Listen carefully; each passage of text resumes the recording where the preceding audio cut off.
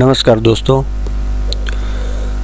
ધોરણ 8 અંગ્રેજી બીજા સત્રમાં પહેલા unit I will be that નો આ ચોથો વિડીયો છે. પહેલાં 3 વિડીયોમાં આપણે ઘણું બધું કામ કર્યું છે. બાળકને શું બનવું છે તે વિશેની એક સરસ કવિતા આપણે જોઈ. ત્યારબાદ કી ટુ હેવન તેનાલી રામનની આખી સ્ટોરી વાંચી અને જોઈ પણ ખરી, બરાબર ને. તેના એક્ટિવિટીઝ બધી કરી, પ્રશ્નોના જવાબ લખ્યા. તમે પોતે સાધુના કેમ્પમાં ગયા છો તો તમે જે અનુભવ કર્યો તે અહીં લખ્યું અને સરસ મજાની આપણે ટંગ ટ્વિસ્ટર પણ જોઈ, બોલ્યા પણ ખરું ને. તમને બધાને મજા આવી ને. ત્યારબાદ આપણે જે એક્ટિવિટીઝ કરી તેમાં કેનનો ઉપયોગ કેવી રીતે કરવો તે શીખ્યા. શુડનો ઉપયોગ આપણે જોયો. જ્યારે કોઈને સલાહ આપીએ છીએ ત્યારે શુડથી આપણે આપી શકીએ છીએ. કેનનો ઉપયોગ આપણે સામાન્ય રીતે ક્ષમતા દર્શાવવા માટે કરીએ છીએ, પણ અહીં આપણે કેનનો નવો ઉપયોગ જોયો કે વિનંતી કરવા પણ આપણે કેન વાપરી શકીએ છીએ. આગળ આપણે એક્ટિવિટી 6B આપણે જે એ વિભાગ ને બી વિભાગ આપ્યો છે તેના વાક્યો યોગ્ય રીતે જોડ્યા. આજે આપણે શરૂઆત કરવાની છે एक्टिविटी 6C, ऐसा भी होता है. एक्टिविटी 6C, ऐसा भी होता है. Work in groups, arrange the sentences in a proper order. અહીં જે ફકરો આપ્યો છે તે ફકરામાં વાક્યો આડાઅવળા લખાઈ ગયા છે, આડાઅવળા થઈ ગયા છે, તેને યોગ્ય ક્રમમાં ગોઠવીને લખવાનું છે. આપણે સૌપ્રથમ આડાઅવળા થઈ ગયેલા વાક્યો વાંચશું તો જ આપણને ખ્યાલ આવશે કે આપણે તેને પ્રોપર ઓર્ડરમાં કેવી રીતે લખી શકશું. The lion become angry. A staff member said to him, "You should not tease animals." He was in the section of wild animals. They tried hard, but they could not save his hand. Suddenly, the lion roared and grabbed his hand between its jaws. He was teasing the lion. The lion ate up his hand up to the shoulder. He went very near the cage. The man repented a lot. He was at the cage of lion. They took the man to the hospital. Once a man was visiting zoo. The zoo staff came there. આડાવડા થઈ ગયેલા વાક્યો વાંચીને એટલી ખ્યાલ આવી ગયો, એટલી ખબર પડી ગઈ કે ઝૂમાં સિંહ કોઈ વ્યક્તિનો હાથ કાપી નાખે છે, ખાઈ જાય છે, આવી કંઈક ઘટના છે. આપણે તેને ક્રમ અનુસાર વાક્યો ગોઠવીને વાંચીએ અને સમજીએ. શરૂઆત અહીંયાથી કરશું. Once a man was visiting the zoo.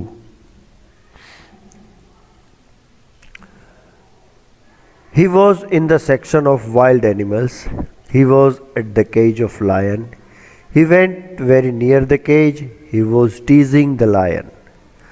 The lion became angry. Suddenly the lion roared and grabbed his hand between its jaws. The zoo staff came there. They tried hard, but they could not save his hand. The lion ate up his hand up to the shoulder. They took the man to the hospital. A staff member said to him, "You should not tease animals." Zoo જઈએ ત્યારે કોઈ પણ પ્રાણીને છંછેડવા જોઈએ નહીં, મસ્તી કરવી જોઈએ નહીં, અને વાઇલ્ડ એનિમલ્સ તો ખાસ. અહીં જે ઘટના છે તે ખૂબ જ દર્દનાક છે કે એક વ્યક્તિ સિંહના પાંજરા પાસે જઈ અને સિંહને હેરાન કરે છે, તેની છેડછાડ કરે છે. આથી સિંહ ગુસ્સે ભરાઈને તેનો હાથ ખભા સુધી ખાઈ જાય છે. આવું ન બને તે માટે આપણે ધ્યાન રાખવું જોઈએ. And we should not tease animals.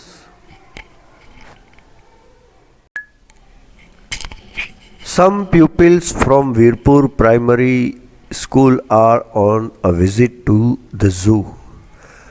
They are mischievous.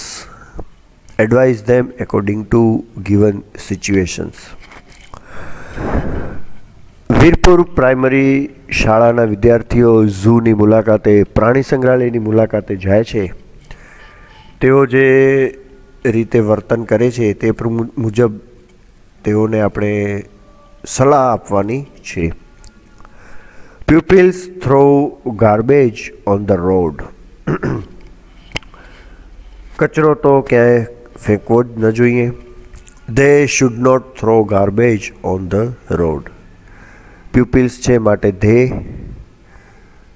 should not throw. થ્રોનું થઈ ગયું છે should not, કારણ કે ફેંકવો જોઈએ નહીં. Garbage on the road તે એમને એમ છે. Some pupils are making loud noise.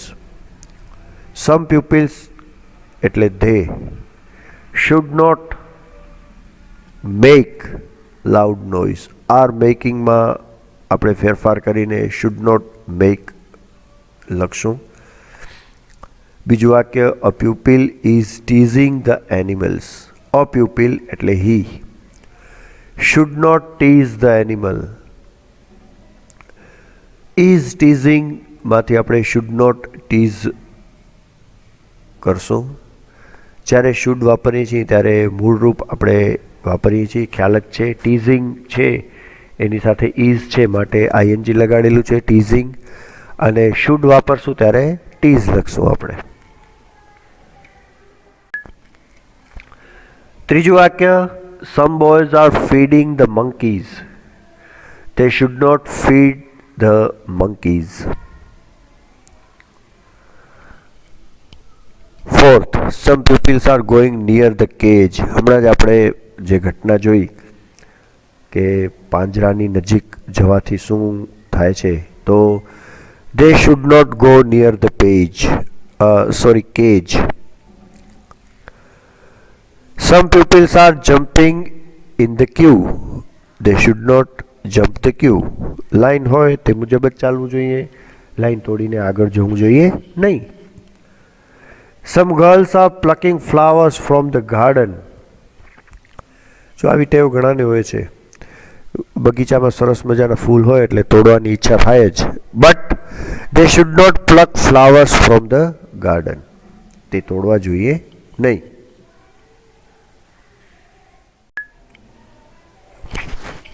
Activity 7A, work in pairs. Your friend is asking you about your plan. You have some ideas but you are not sure. Choose the words from the list and write sentence with I may. જ્યારે કંઈ પણ વસ્તુ ઘટના બનવાની સંભાવના હોય ત્યારે મેનો ઉપયોગ થાય છે. મેનો ઉપયોગ કરવાથી અનિશ્ચિતતા આપણે દર્શાવી શકીએ છીએ. કાઉન્સના શબ્દો વાંચી લઈએ. Sunday, rice, T shirt, by bus, on a picnic. ઉદાહરણ છે, where are you going for your holidays? I am not sure. I may go to Shimla. કાઉન્સમાં છે ગો ટુ શિમલા. તો અહીં લખ્યું છે આઈ એમ નોટ શ્યોર, હું નક્કી ન કહી શકું, but I may go to Shimla, હું કદાચ શિમલા જાઉં. How will you go there? By bus or a car? Go by car. I may go by a car, હું કારથી જઉં. નક્કી નથી પણ શક્યતાઓ છે કારથી જવાની. તે જ રીતે અહીં જે 5 વાક્યો આપ્યા છે તે આપણે મેથી વાક્ય બનાવીને લખવાના છે. પહેલું વાક્ય, what are you doing at the weekend? કૌંસમાં છે watch movie. I may watch a movie. જે ક્રિયા બતાવી છે તેની આગળ આઈ મે એવું આપણે લગાડવાનું છે. બીજું, how are you going to school on foot? I may go on foot. I may go on foot. What are you taking for dinner tonight? Rice and dal. ટેકિંગમાંથી ટેક થઈ જશે. I may take rice and dal. What are you buying from the garment shop? Jeans and T shirt. I may બાઇંગનું buy jeans and T shirt. When are you going for a movie next Friday? I may go next Friday. Activity 7B. Work in pairs. Study this dialogue and enact it with your friend. Geeta. What are you doing in the evening? Mona. Nothing special. Geeta. Okay. Can you come to my house in the evening? Because my parents have booked the tickets for Mumbai. They might leave tonight. I might have good company. Mona. Certainly, I will. I will come. તે જ પ્રમાણે આપણે આ dialog પૂર્ણ કરવાનો છે. અહીં એક વસ્તુ આપણે સમજી લઈએ. મે અને માઇટ બંને લગભગ સરખા અર્થ ધરાવે છે અને બંને ભવિષ્યની સંભાવનાઓ માટે જ વપરાય છે. મે વાપરીએ ત્યારે તેનો અર્થ એવો થાય છે કે ભવિષ્યમાં જે ઘટના બનવાની છે તેની શક્યતાઓ થોડીક વધુ છે, અને માઇટ વાપરીએ ત્યારે એવો અર્થ થાય છે કે તે ઓછી સંભાવનાઓ છે. સાથે સાથે તે પણ યાદ રાખીએ કે મે છે તે વર્તમાનકાળનું સ્વરૂપ છે અને માઇટ છે તે મેનું ભૂતકાળનું સ્વરૂપ છે. આથી આ રીતે આપણે ધ્યાન રાખીને અહીં જે વાક્યો છે તે સમજશું. Rahul. The sky is very cloudy. કૌંસમાં મેઇન છે રેઇન છે. Mehul. It may rain today. આજે વરસાદ પડવાની શક્યતાઓ છે. Bunty. My homework is incomplete. Monty. The class teacher might punish you tomorrow. Ketan. My name is there in the merit list. Admission. Veena. You might get admission. Tejas. India needs only 4 runs. Might નહીં આવે, અહીંયા printing mistake છે. Amit. We might win the match. પાપા. The bus driver and conductors are on strike. રિનલ. We might not get the bus today. આ રીતે ભવિષ્યની સંભાવનાઓ રજૂ કરવા માટે પણ માઇટનો ઉપયોગ થાય છે. Activity 8. Read the following sentences and make the changes according to the situations. જે પરિસ્થિતિ આપી છે તેમાં યોગ્ય ફેરફારો કરી અને વાક્ય લખવાનું છે. ઉદાહરણ જોશું એટલે ખ્યાલ આવી જશે. The exam will start at 11 a.m. Reach the school before 10:45 a.m.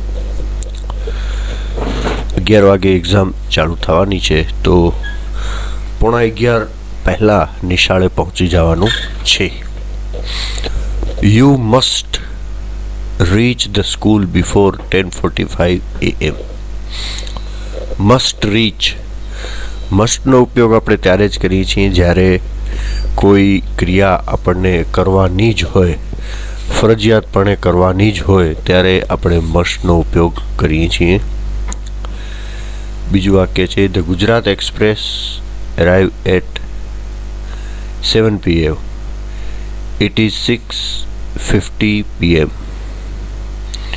You must walk fast to catch the train. Must walk fast. ફરજિયાત ચાલવાનું, ઝડપથી ચાલવાનું છે. તો અને તો જ તમે ટ્રેન પકડી શકશો. જ્યારે ફરજિયાત કોઈ ક્રિયા કરવાની હોય ત્યારે આપણે મસ્ટનો ઉપયોગ કરીએ છીએ. સાથે આગળ જોયું તો તે પ્રમાણે યાદ કરાવી દઉં કે મસ્ટ હોય ત્યારે આપણે ક્રિયાપદનું મૂળરૂપ વાપરશું. આગળના જે વાક્યો છે તે આપણે જોઈએ. I lost the key of my home. I don't have another key. I must find the key of my house. Home નહીં પણ house છે. Must find ગોતવી ફરજિયાત છે. બીજું, today is the last day for paying the electricity bill. I must pay the electricity bill today. મારે આજે જ electricity bill ભરવાનું છે, ચૂકવવાનું છે. Third one, you are sick and it is raining, don't go outside. You must remain in the house. તમારે ઘરમાં જ રહેવાનું છે. You are weak at maths. Tomorrow you have maths exam. You are watching TV. આવતીકાલે મેથ્સની exam છે, તમને maths ઓછું ફાવે છે અને આજે તમે ટીવી જુઓ છો. So you must work hard in maths instead of watching TV.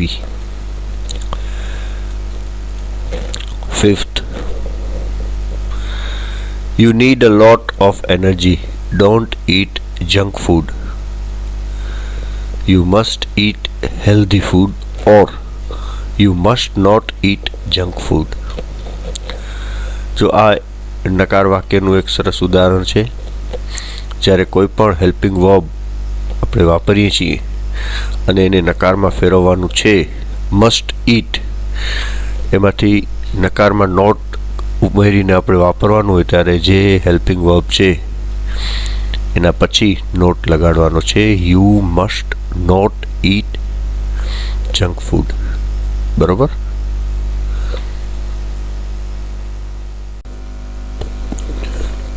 છઠ્ઠું વાક્ય, Sunil is climbing Mount Everest.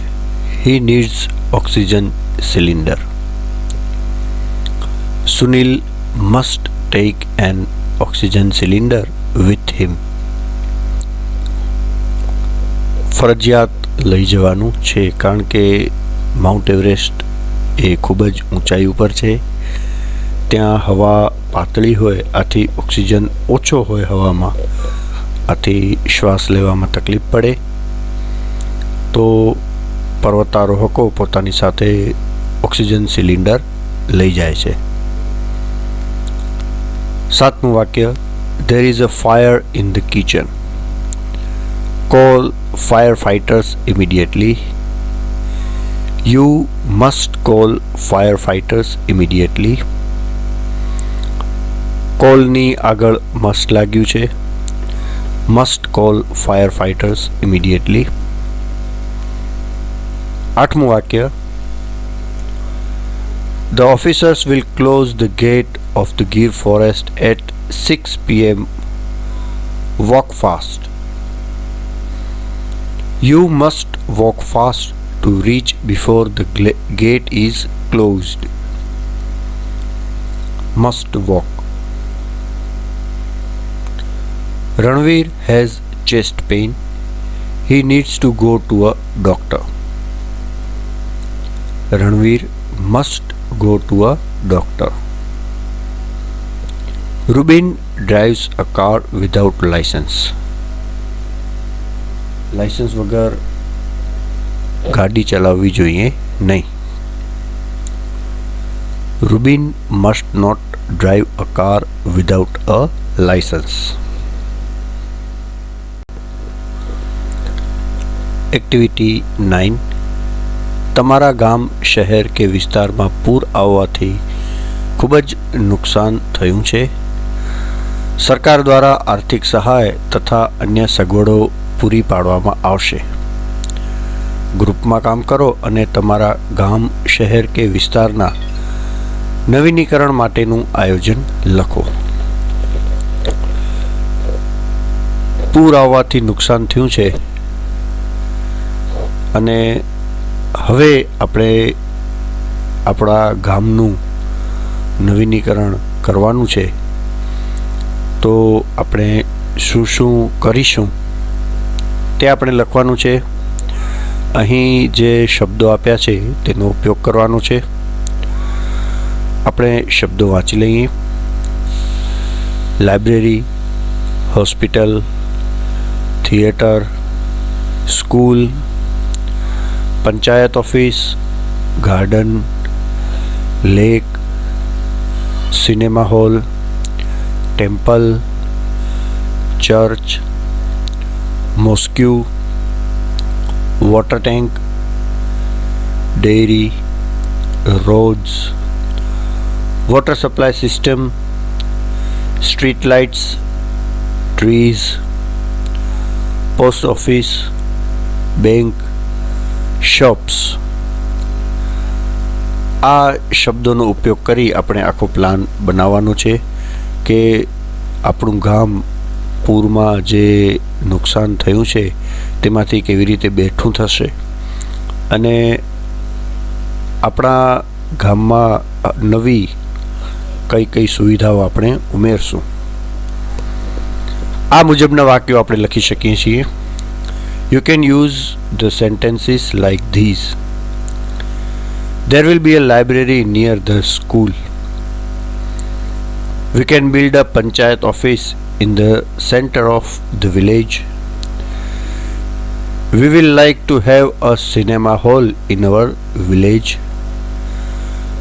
There will be a garden beside the lake.